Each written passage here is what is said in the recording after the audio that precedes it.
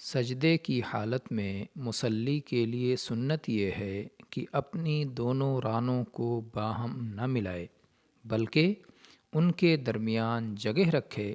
اسی طرح اپنا پیٹ بھی اپنی ران سے نہ ملائے بلکہ ان کے درمیان بھی دوری رکھے۔ ابو حمید رضی اللہ عنہ کی حدیث ہے وَإِذَا سَجَدَ فَرَّجَ بَيْنَ فَخِذَيْهِ غَيْرَ حَامِلٍ بَطْنَهُ عَلَى شَيْءٍ مِّن فَخِذَيْهِ رواہ ابو داود برقم 735۔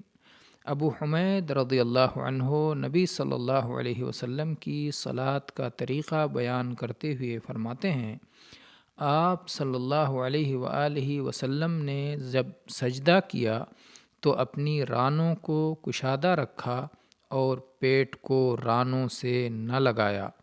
دیکھیے سنن ابی داؤد حدیث نمبر 735۔ امام شوکانی رحمہ اللہ فرماتے ہیں، یہ حدیث سجدے کی حالت میں دونوں رانوں کے درمیان کشادگی رکھنے اور پیٹ کو ان سے ملانے کے بجائے اوپر رکھنے کی مشروعیت پر دلیل ہے، اور اس مسئلے میں کوئی اختلاف نہیں۔ دیکھیے نیل الاوطار جلد نمبر 2 صفحہ نمبر 257۔